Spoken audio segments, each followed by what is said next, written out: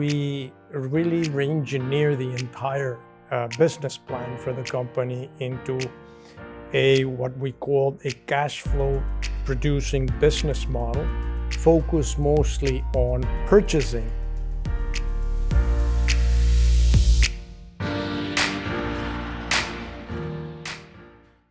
So hello and welcome to the Assay TV. Today I'm here at the One-to-One Mining Investment New York event with Alberto Morales, Executive Chairman, CEO, and founder of Andean Precious Metals. So Alberto, thanks for joining me today.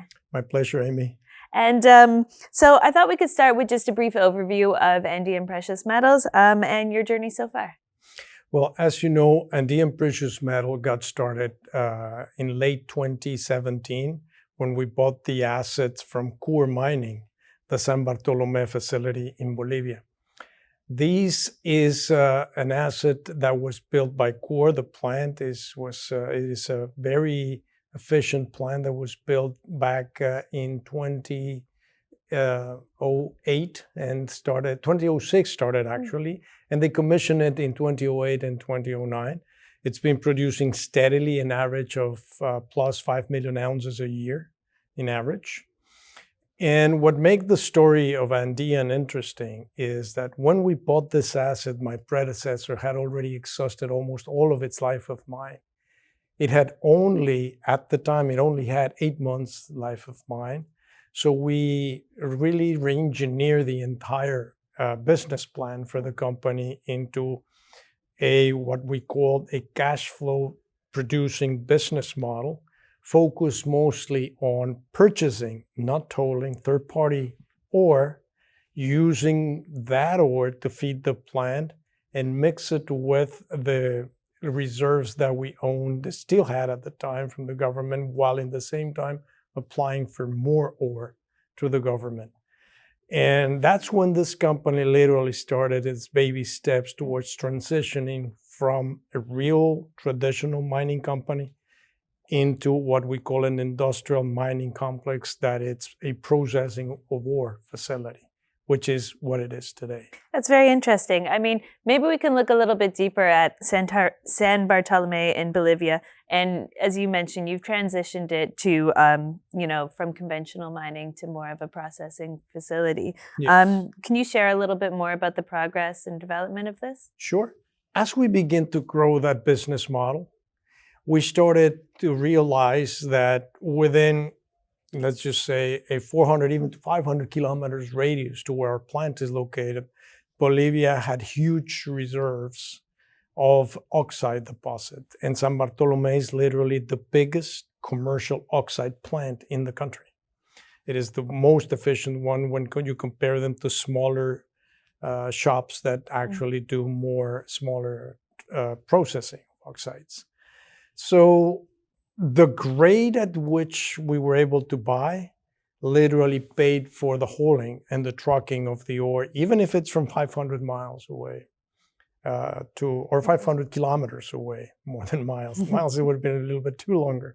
But it has been profitable for us every single year. We have used that business model, and we started to realize that business model and focusing on the cash flow generation and the processing margin, what we call the gross operating margin of the ore that we buy. So that meant that while the spot prices were moving up, we were paying more. And when the spot prices were moving down, we would pay less.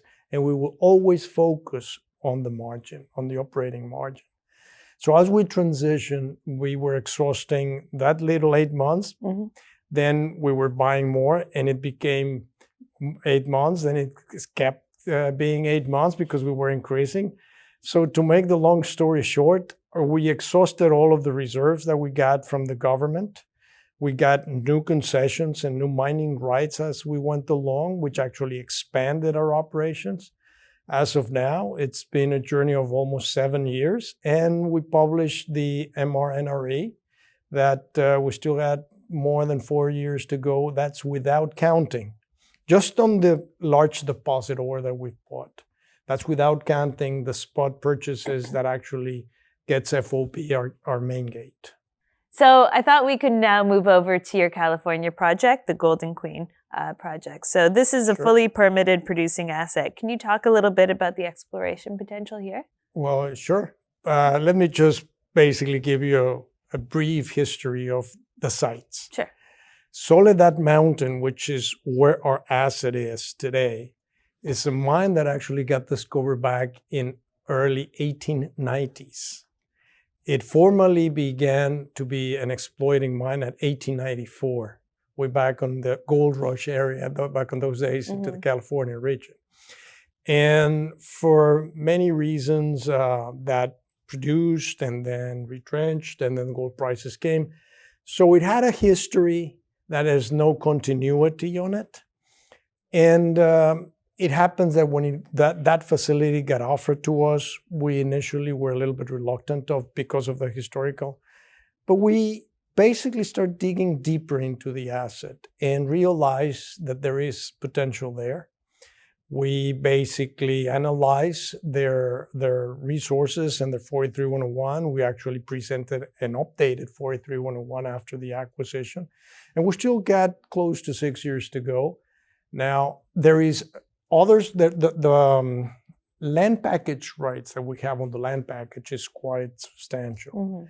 And we have, for this year, we have allocated a $1 million initial exploration budget to start targeting the areas where we're going to be doing a more focusedly dedicated, bigger exploration to increase the life of mine. We feel confident that within the land package that we currently have, there is good potential to increase the life of mine.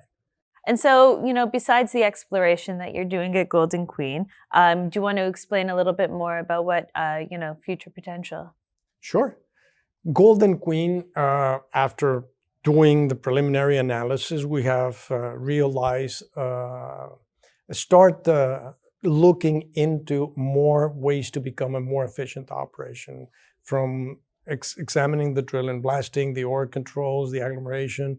So we're looking into optimizing the operating process so that we can lower our all-in sustaining cost and our cash cost. With respect to this year, we have given the market guidance of approximately 60,000 ounces for this year.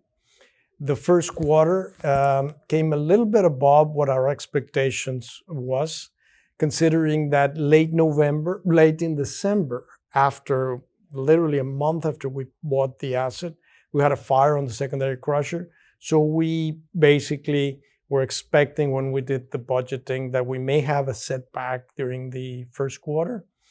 It came out well. We took care of that incident, and now production is kicking in. What we have seen is that we're looking at production for this year to be more of the end of the year, loaded on the end of the year, as opposed to the front part where we were envisioning a little bit of a shortfall. But we're confident right now, as of what we're seeing, even with the advancements that we've got until late, almost Q2, we're about 1 month more to go. But we feel comfortable, as I expressed to the markets on an earnings call, that we're still confident to meet guidance, Golden Queen. Sounds great. And so this year, the company has filed a preliminary feasibility study at both San Bartolomé and Golden Queen. So can you share some of the highlights of these? Yes. In the case of San Bartolomé, we just mentioned a few minutes ago that we have at least 4 more years. It was 4.6 years of additional life of mine, but that's only on our larger contracts for significant amounts of tonnage. We bought 800,000 tons from Silver Elephant for $5 million. This is public information. We've also bought 170,000 in another side. We bought another 100,000 on another side. So we packed them all in the 43-101. And together with our fine deposits facility, the FDF, it gives us, just on 43-101, another 4 more years to go, 4.5 more years. And we have also an exploration target to try to replenish the ounces that we're producing for this year. Right. So that's in the case of San Bartolomé.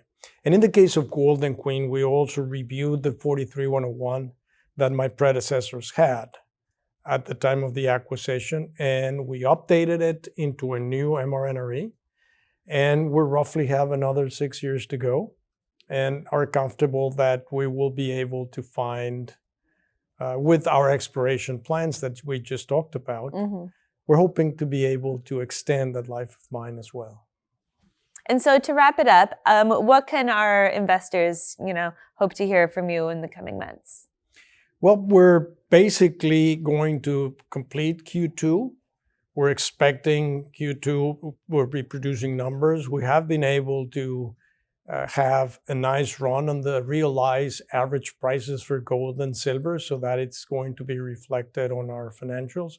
And we're basically also going to soon, as I have expressed the market, commission the FDF. We will also price release that when it's fully commissioned.